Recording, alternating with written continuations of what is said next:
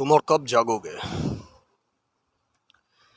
जिंदगी में इतना सब कुछ होने के बाद भी तुम्हें होश नहीं आता है। जिंदगी शुरू से लेके जब से लेके तुमने होश संभाला है तब से लेके अब तक जरा हिसाब लगा के देखना कि कितना सब कुछ तुम्हारे ऊपर से गया है। कितनी विविधताओं से, कितनी अप्स एंड डाउन से तुम गुजरे हो।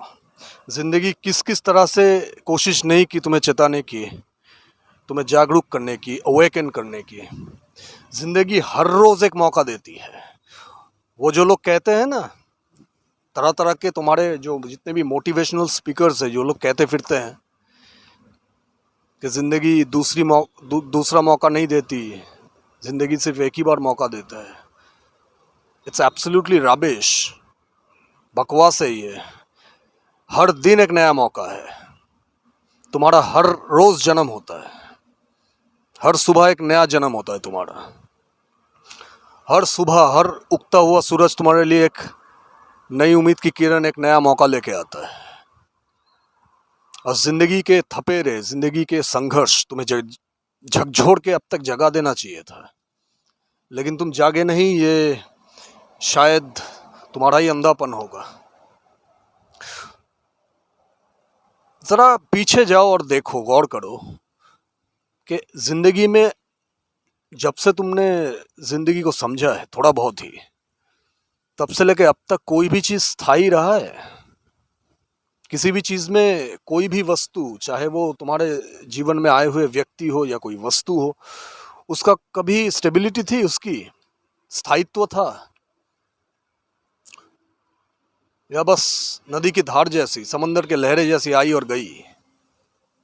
चीजें आती है, जाती है। जो आज तुम्हारी स्थिति है, आज जो कंडीशन है तुम्हारा, वो कल नहीं होगा, सब बदल जाएगा। जिस परिस्थिति में आज तुम जी रहे हो, सब बदल जाएगा। एक पूरा whole new different kinds of situation will come about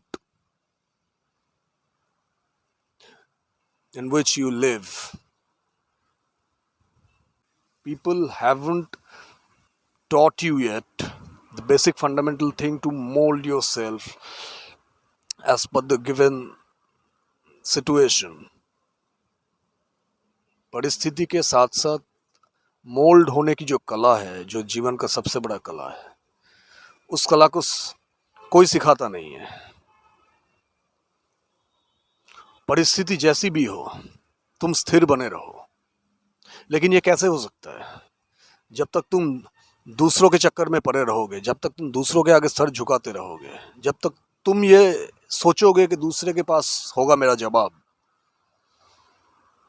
तुम्हारी जिंदगी का जो सवालात है, तुम्हारी जिंदगी के जो प्रॉब्लम्स है, जिंदगी की जो जलती हुई समस्याएं हैं, उसका हल दूसरों के पास कैसे हो सकता है? तुमने सबसे बड़ी गलती मानवता ने जो की है, खासकर इस देश में तो हजारों साल से ये गलतियां करी जा रही है कि लोग हमेशा इस बात को टालते रहते हैं कि उसकी जीवन की चाबी उसके हाथ में है, सिर्फ उसके हाथ में।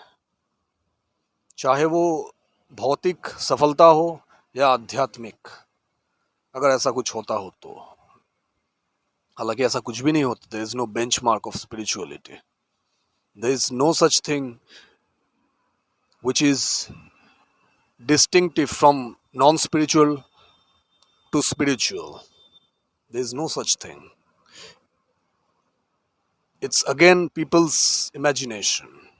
लोग, तुमने क्या क्या इमेजिनेशन नहीं करा है अपनी सुविधाओं के लिए, अपनी पलायन के लिए, जिंदगी की जो जलती हुई समस्या है उनसे भागने की। जितना भागोगे समस्या उतना बढ़ता चला जाएगा। उसका हल तो तुम ढूंढोगे नहीं। वो देखना, बड़ी जो समस्या कल छोटी थी या बहुत छोटे में निपटारा हो सकता था, वो आगे चल के बहुत बड़ा पहाड़ बन के तुम्हारे सामने आ जाएगा, जिसका हल तुम्हारे पास होगा नहीं। तुम सर पे हाथ रख के जमीन पे बैठ जाओगे, सर पीटोगे अपना।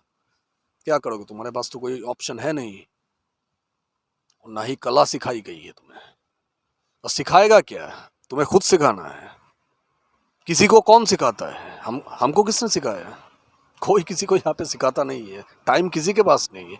हर कोई अपना अपना दुखड़ा लेके बैठा, हर कोई मर रहा है अपनी जिंदगी से, भागम भाग चल रहा है, देखा नहीं तुमने? जिंदगी में हर कोई अपना स्वार्थ, अपनी झंझटों को लेके बिजी है, अपनी महत्वाकांक्षाएं पूरी करने में दौड़ मची हुई है। सब सब भाग रहे, दौड़ रहे हैं, उन सबको कुछ ना कुछ पाना है आखिरकार। अगर विवेक नाम की कोई चीज जग जाए तो सोचेगा, देखेगा कि आखिरकार हाथ खाली के खाली रह गया और कुछ नहीं मिला हाथ में, क्योंकि यहाँ पे किसी को कुछ नहीं मिलता है। अगर यहाँ पे कोई सोच के बैठा है कि मैं ये प्राप्त कर लूंगा तो सुखी हो जाऊंगा, तो भगवान ही उसको बचाए, उसका उसकी मदद तो कोई नहीं कर सकता। तुम्हारी मदद कोई नहीं कर सकता जब तक तुम अपना मदद खुद नहीं करोगे। यहाँ पे कोई गुरु नहीं है, कोई पथ प्रदर्शक नहीं है, कोई प्रिसेप्टर नहीं है, कोई तुम्हारा मास्टर नहीं है जो तुम्हारा हाथ पकड़ के तुम्हें नदी के इस तट से लेके उस तट तक तुम्हें छोड़ दे। कोई ऐसा नहीं कर सकता। तुम्हारी भीतरी चेतना का जागरण, तुम्हारी भीतरी चेतना का ट्रांसफॉर्मेशन, तुम्हारा रेडिकल चेंज तभी हो सकता है जब तुम अपनी जिंदगी को ध्यान पूर्वक देख के, समझ के, उसको चिंतन करके, मनन करके, ध्यान पूर्वक, एब्सोल्यूट कॉन्शियसनेस, अवेयरनेस के साथ, पूरी चेतना के साथ उसको ध्यान से देख के, समझ के जब तुम किसी नतीजे पे पहुंचोगे। अपनी जिंदगी पे ध्यान दो, खुद पे, स्वयं पे ध्यान दो, वरना इसके बाद टाइम नहीं मिलेगा। जिंदगी ऐसे ही देखते देखते बीच कब उम्र गुजर जाएगी, कब बूढ़े हो जाओगे पता ही नहीं चलेगा। और तब उतनी एनर्जी बचेगी नहीं जब जितनी एनर्जी आज अभी है। सब कुछ करो लेकिन होशपूर्वक करो, जागते हुए करो, जागृति के साथ करो। पहले तो यही करो। और जागरण, होशपूर्वक, ध्यानपूर्वक कोई भी चीज़ करना कोई प्रैक्टिस नहीं होता है। ये स्वतः एक प्रक्रिया है, नेचुरल वे ऑफ फंक्शनिंग। तुम कोई भी किसी भी चीज़ को अंधों की तरह रिपीट नहीं कर रहे हो इसमें।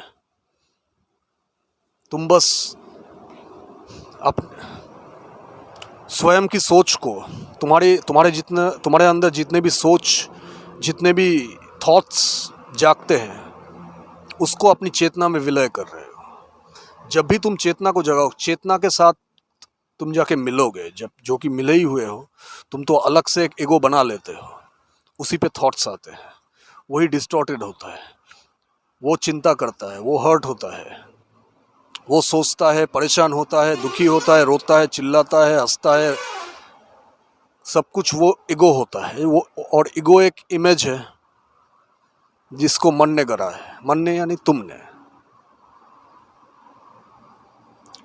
मन का कोई तुमसे अलग कोई अस्तित्व तो है नहीं। तो इस फेक ईगो, मन, तरह तरह के इमोशंस, जिंदगी के संघर्ष, ये सब के चलते पेनेट्रेटिंग थ्रू ऑल दिस अपनी मूल तक पहुंचने की कोशिश करो। तलाशो अपने आप को, ढूंढो, खंगालो, नए नए चैलेंजेस को फेस करो। और जो भी करोगे होशपूर्वक देखना है, तुम सोच भी नहीं सकते क्या कुछ हो सकता है तुम्हारे साथ। तो जिंदगी कितनी सहज और स्वाभाविक हो जाएगी, तुम अंदाजा भी नहीं है। तुम देखोगे जिंदगी स्वतः चल रही है, अपनी गति में चल रही है, तुम्हें चलाना नहीं पड़ रहा है। और दूसरों की चिंता तो करो ही मत। ये दुनिया तब भी थी जब तुम नहीं थे, ये दुनिया तब भी रहेगी जब तुम और मैं नहीं रहेंगे।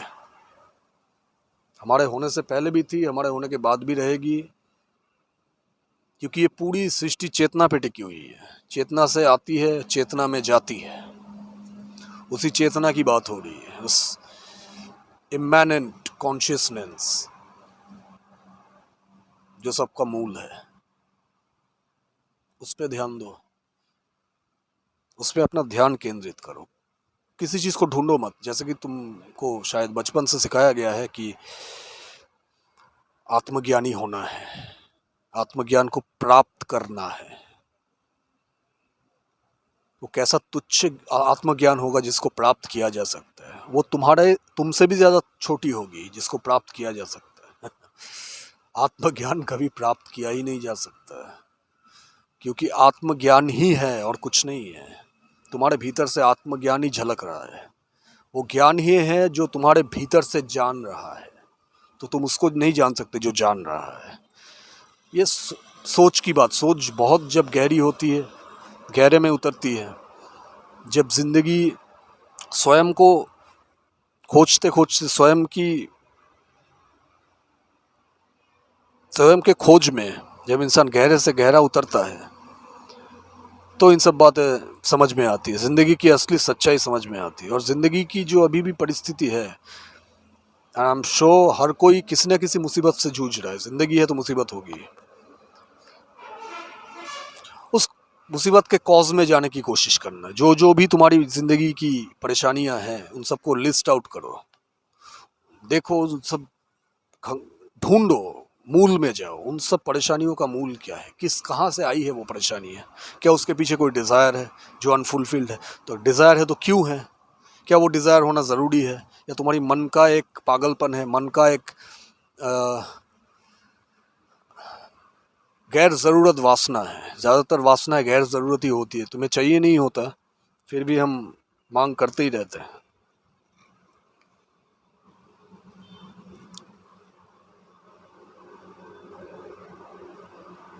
तो ढूंढो,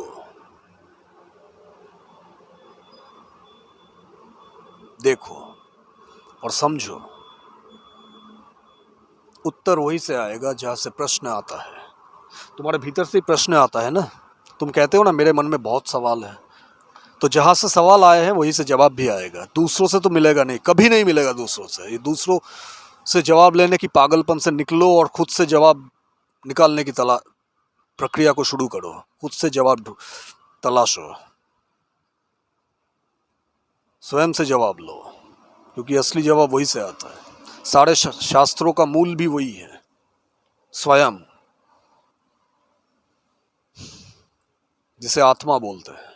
आत्मा यानी जो जो तुम्हारा बंधी बधाई जो प्रचलित मान्यता है आत्मा के समय, वो आत्मा वो नहीं है, बिल्कुल भी नहीं है। आत्मा is totally different. Basic meaning of आत्मा इज सेल्फ।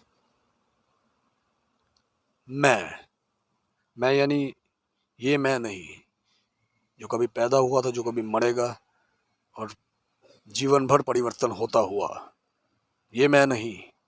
ये किसी और ही रोशनी के केंद्र के बारे में बात की जा रही है। ये कोई और ही केंद्र है जो पूरे ब्रह्मांड का केंद्र है। तुम्हारा केंद्र ब्रह्मांड का केंद्र, समझ सकते हो? कुछ झलकियां मिल रही है तुम्हें? अगर अब भी नहीं जागे तो असंभव है तुम्हारी जिंदगी में रोशनी का आना।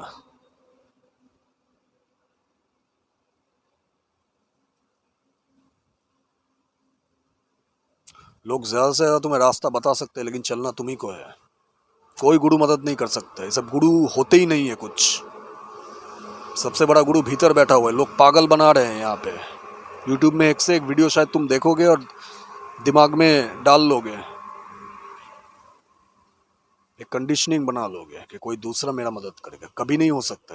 आत्मज्ञान ही एकमात्र मुक्ति का मार्ग है। बिना आत्मज्ञान के, स्वयं के बोध में स्थिर होने के अलावा और कुछ भी कर लो, चाहे दुनिया की महंगी से महंगी चीजें प्राप्त कर लो,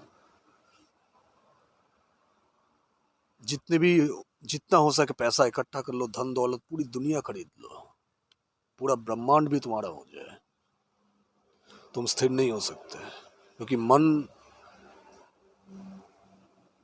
एक घोड़े की तरह होता है जो कभी रुकती नहीं है, दौड़ता ही रहा, और मन तुम्हें दौड़ाता ही रहेगा, दौड़ाता ही रहेगा। अभी नहीं, अभी ये नहीं मिला, अभी वो नहीं मिला, और प्राप्त करना है, और इस और के चक्कर में जिंदगी खत्म हो जाती है, लेकिन और की प्राप्ति खत्म नहीं होती, ज्यादा की मांग खत्म नहीं होती। और ये ज़्यादा की मांग ही दुख का एकमात्र कारण है।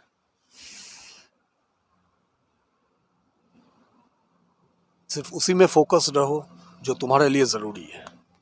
बाकी उल्टी सीधी चीज़ों में उलझो मत, वो सब माइंड को करने वाली चीज़ें हैं। यूट्यूब में ऐसे हज़ारों चीज़ें आएंगी, यूट्यूब में, इंस्टा पे, और भी दूसरे जितने भी सोशल मीडिया है, एक्स पे, फालतू चीज़ों का भरमार इस दुनिया में। उन सब चीज़ों से बचो, उन सब चीज़ों को अवॉइड करके जो तुम्हारा फोकस है, जो तुम्हारे जीवन को जीवन से मिलाएगा, तुमसे मिलाएगा, सत्य से मिलाएगा, जो तुम्हारे जीवन को एक नई रोशनी में के आधार पे ले जाएगा, उसकी तरफ फोकस्ड रहो। बार बार ध्यान भटकाओगे तो ना तुम्हें मन की शांति मिलेगी और ना ही तुम्हें अपनी लक्ष्य की प्राप्ति होगी।